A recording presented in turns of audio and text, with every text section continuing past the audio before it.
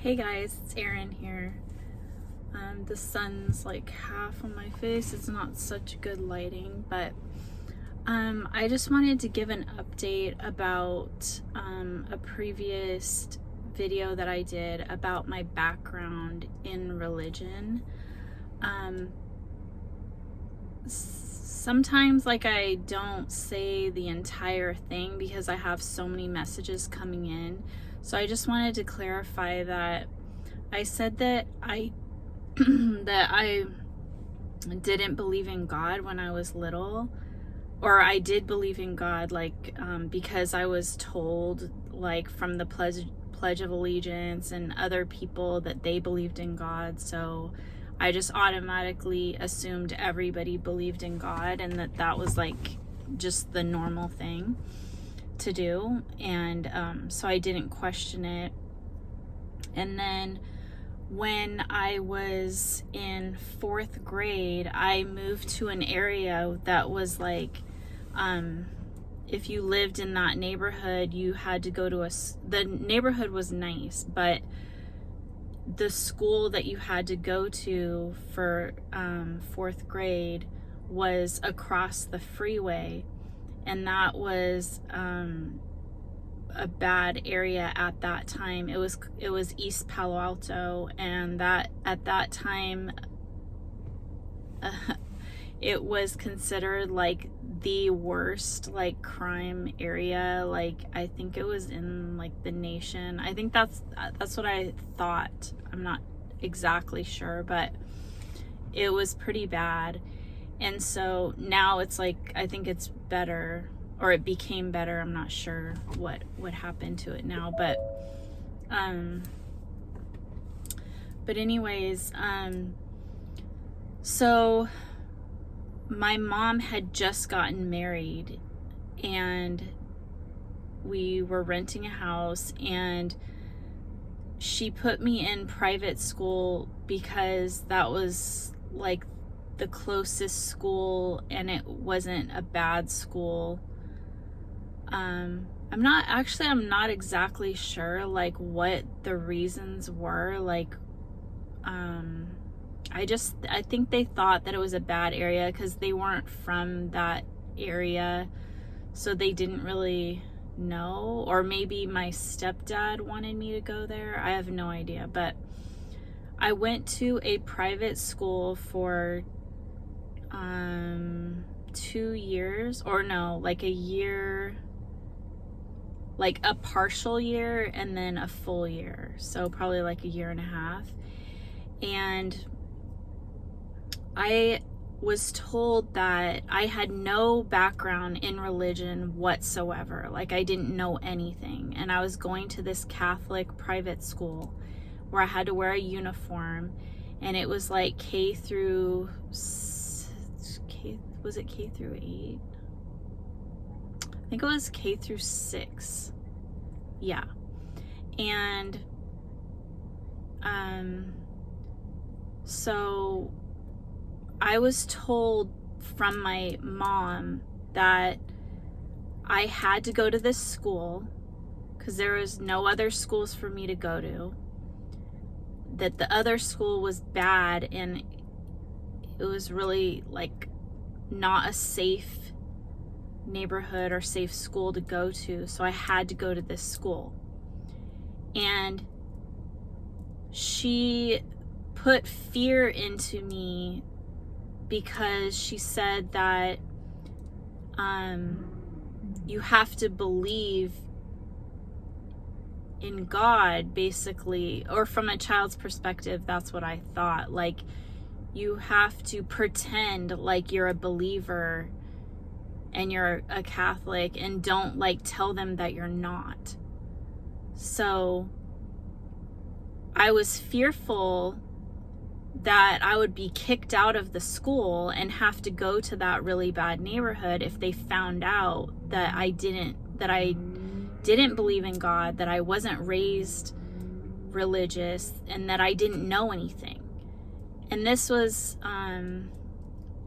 4th grade. I was around 9 or 10. I don't know how old you are, and I think that's about right. And so I tried really hard. I tried to learn like all the prayers, and they had like a nun come in every day and play guitar, and we would sing songs, and they would have the lyric sheets. And so I would sing, I would pretend like I knew all the lyrics, and I would sing really loud. And the prayers as well, there were prayer sheets, so I would say the prayers really loud, and I would try to memorize it as much as I could. So I still remember like a lot of the prayers and songs and stuff from that time. And I don't know about the messages so much. Like I'm sure I learned a lot, but it was kind of like just like a survival. I was in survival mode, like trying to, I think a lot of it got into my heart as well. Like just basics, like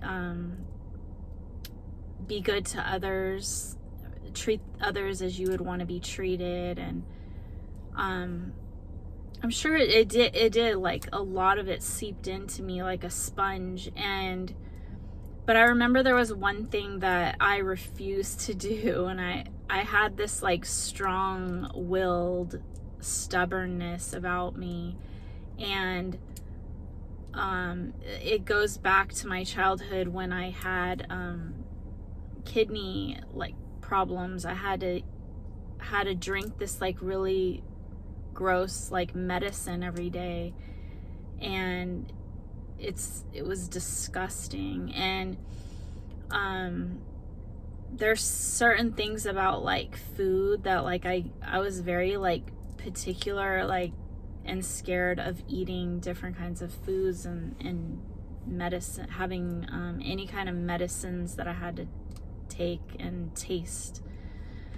So when I was in the private school, like I refused to do the communion, which is like the little wafer that they give you. They say like the Father, the Son, and the Holy Spirit, and they give you this little wafer that you're supposed to put on your tongue and eat. And I believe it's supposed to be like, it doesn't taste like anything. I think I did have one when my daughter went to school, college, and she went to a private college. That was my first time trying it, and I wanted to do it because of that experience. I wanted to overcome that. Anyways, so I did have that religion background, and then I didn't like the fact that I had to wear uniforms every day. I like to be expressive, express myself in my wardrobe, and I felt like I didn't belong there. And I don't know exactly, but I asked my mom and my stepdad and I told them I didn't want to go there anymore, that can I go to a different school? And so there was actually a public school that wasn't too far away from there that I went to. And I started there in 7th grade. So I must have gone to 6th grade. Oh, no, I went there in 6th grade. Wait. I'm getting confused on the dates. Yeah, I went there 5th and 6th probably. Anyways, so I could have gone in there in 5th grade. Yeah, I went in 5th, at the end of 5th grade, and then 6th grade. And it must have gone to, I think it went to 8th grade, but I didn't want to stay. I wanted to go. So I went to the other school, which was K through 8 as well. But they had multiple classrooms. The other school, the private school, had like the same kids would go from like one grade to the next. And so you never switched up kids or anything. And the point is that I did have that religion. And then when the new school that I went to, I met like this girl. We became really close friends, and she would go to church. And when I left that school, I was only there for 3 months because my mom and my stepdad got a divorce, and we moved. We moved schools. Like, I had 16 different schools growing up, so it was just like a constant moving, and it would be like in the middle of the year, like most of the time. And it was because we were renting places because my mom was a single parent, and different things would happen and we would have to move. So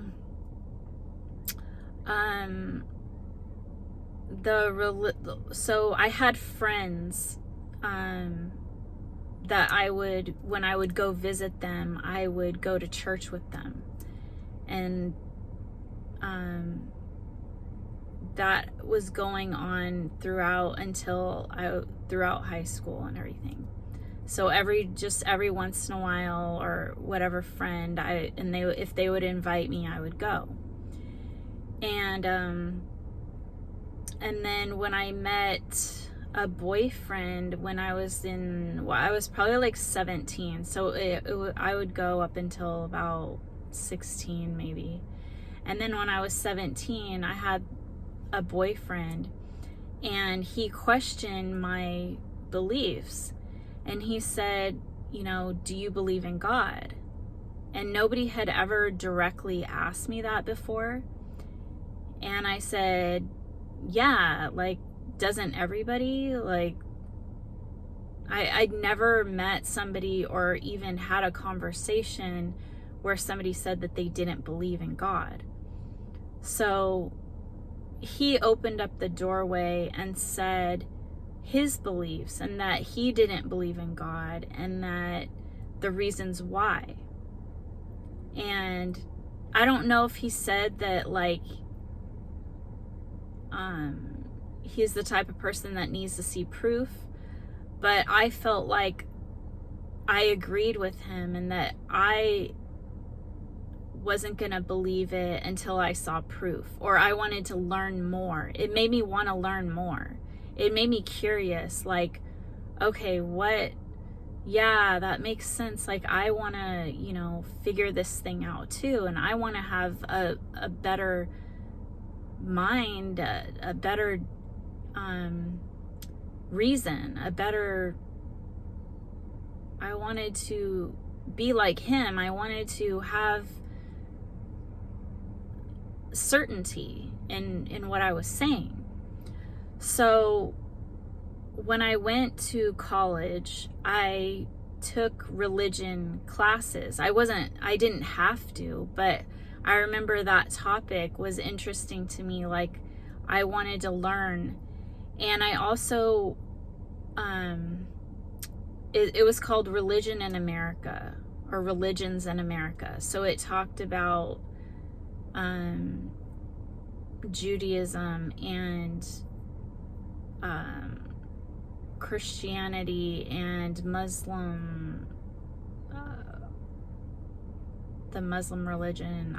I'm not sure all the terms of all the religions, but I got like a gist of it. So I'm not very I'm not well versed in religion. That was a very long time ago that I was in college and learned that. So I'm not even and then I also went to work at a Jewish community center that was near where it was in the town that I lived in when I was going to college.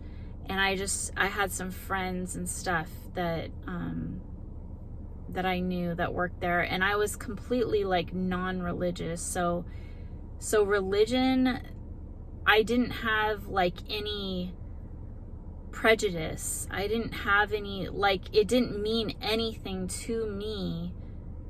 Everybody was the same.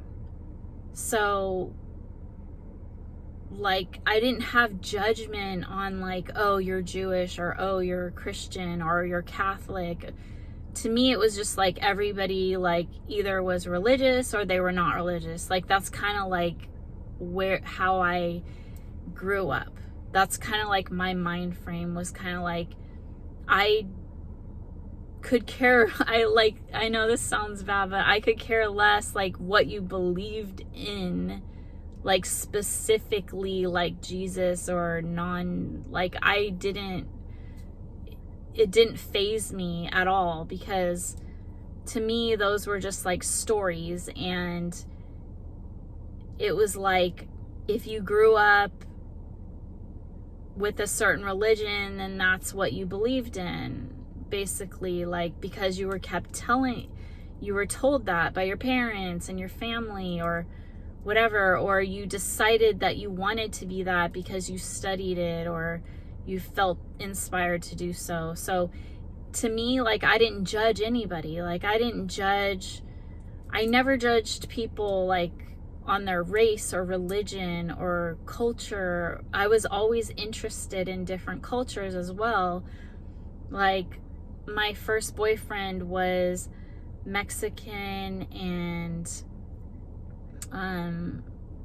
Portuguese, and then I dated I dated a lot of different types of people, and I dated white guys, I dated Asian and Hispanic and all different races, and that wasn't like a thing for me. Like, it was like everybody was just a person.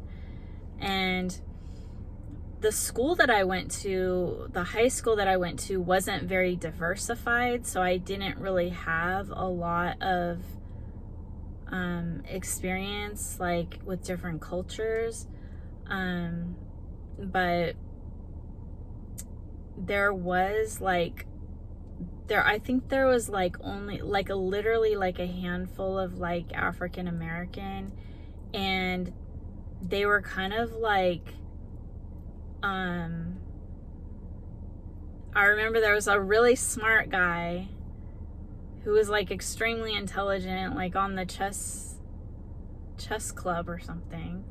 And then there was like this other guy that was like really handsome and athletic and like doing really well.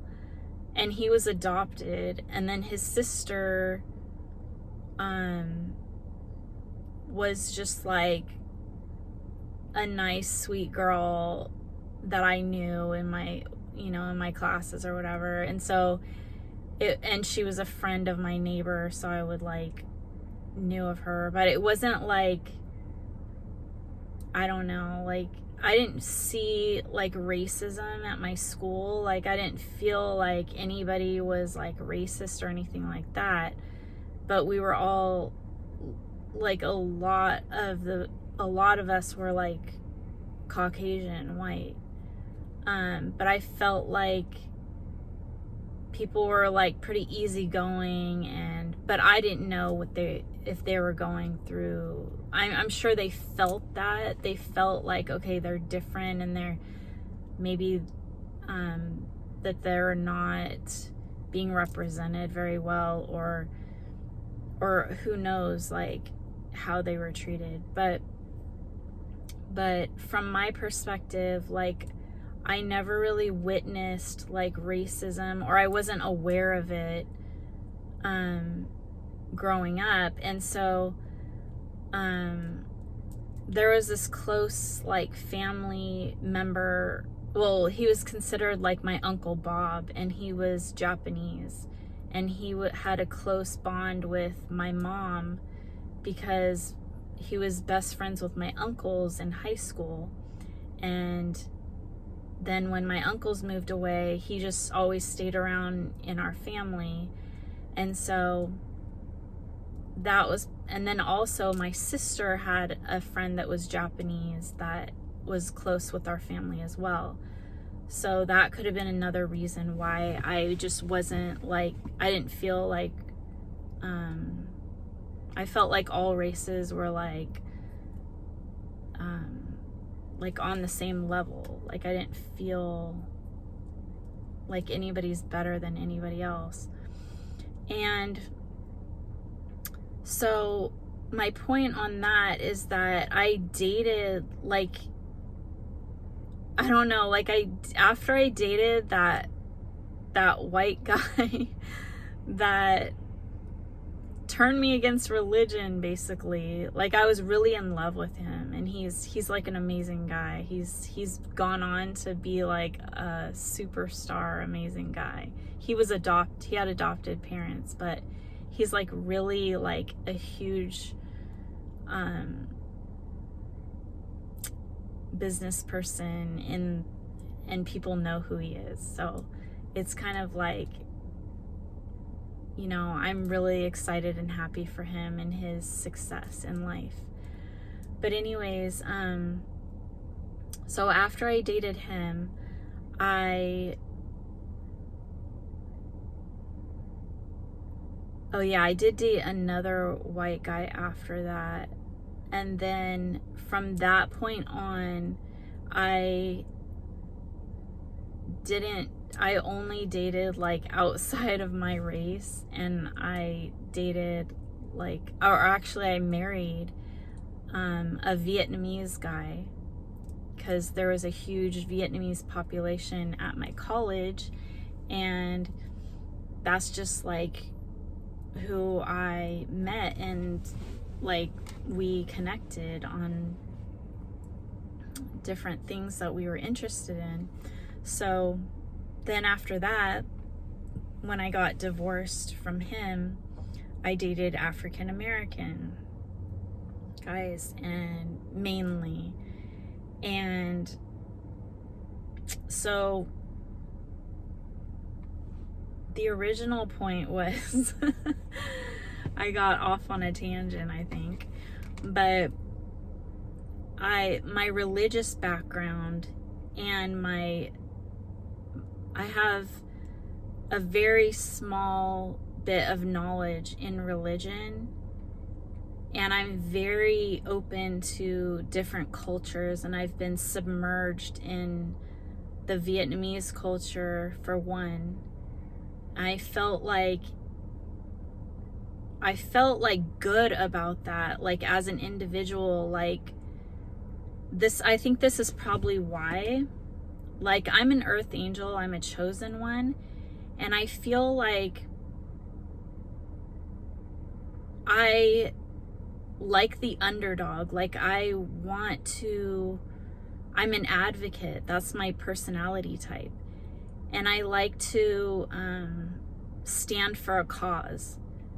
And so, not to put any of those people down, it wasn't like I was doing it just for that. I actually feel connected to people that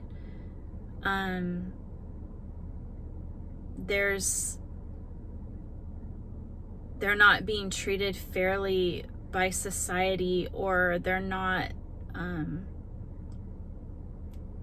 how do you put that? Like, I dated like some wealthier like guys, white guys, and I felt like it was like they had too much privilege. They didn't like meet me at my mindset, didn't meet their mindset, because they didn't understand my struggle in life. They didn't understand all the trauma that I had gone through. And so I felt more connected to people that had similar backgrounds to me, as far as like struggle. So I felt like this is just the way that I felt, is that somebody who was not wealthy and who was not white, whether this isn't right to do this, to judge like that, but and different cultures have more like heart and soul, and like they were more like I think because of past generations of being like mistreated, that a lot of them have a more upbeat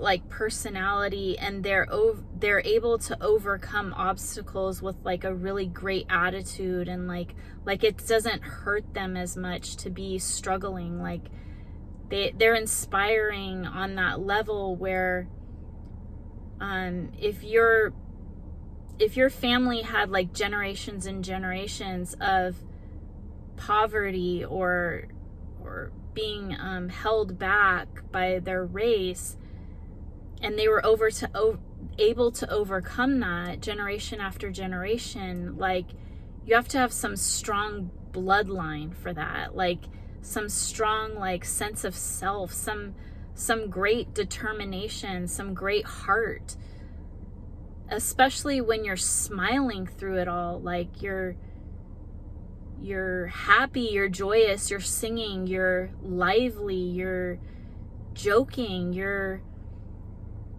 in such a good state of mind despite all of your misgivings and your childhood trauma or your generational curse and your all of that. It really shows like such great character and strength, and like it's inspiring. It's like you know, I had a hard life, but I didn't have racism on top of it. So it's extremely inspiring to me. And I listen to people, like I feel their heart, and that's just who connected with me throughout my life. And it wasn't about like appearance, it was about heart and soul. And yeah, so that is my background, and I just wanted to explain it more of like the type of person I am and how my character developed over time, how I tried to stay like a good moral person with integrity throughout my life. And that's why I'm a chosen one. That's why I'm an earth angel. That's why God chose me, because I stayed true to myself. I stayed true to my heart and my soul. And I never let things get to me where I became off of his path, so much so that I couldn't get back on it. So in order to stay on his path, you have to have an open mind. You have to have an open heart. You have to be loving and caring, and try to be happy as much as you can, and raise your vibration, your energy. Surround yourself by others who uplift you and motivate you and inspire you.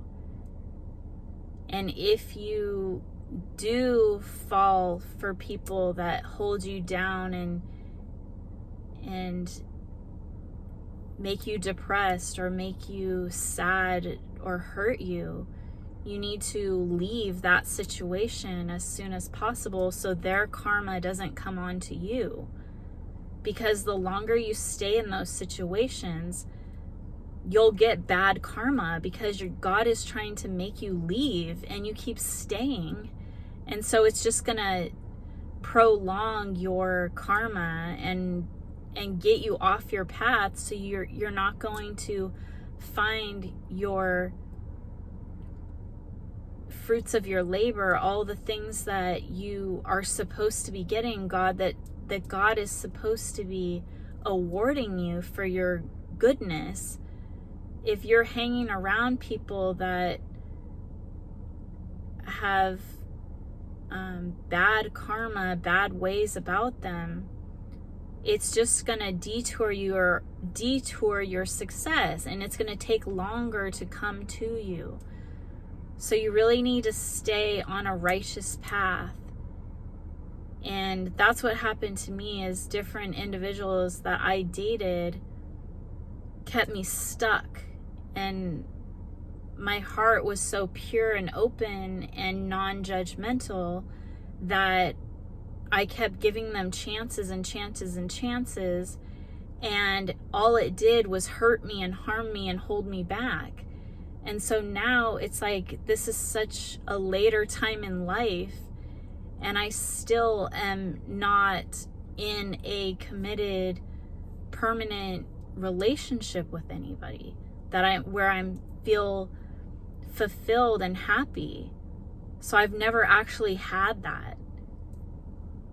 And so it's very, people wouldn't even know that about me at all. That I basically like haven't really lived much life.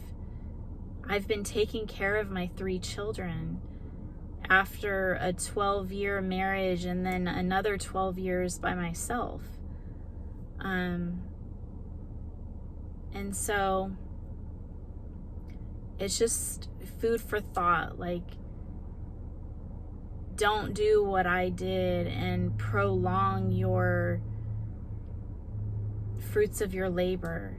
Prolong all the great things that God has in store for you.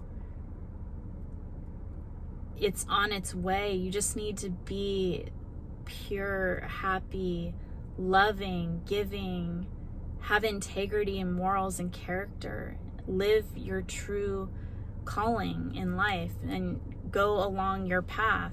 Follow your intuition and go along the path that God wants you to go along. Be a happy, nice person. I hope that meets your needs today, that you needed to hear that message. Please like, comment, and subscribe to my channel. And I'm so excited to give you more videos and content.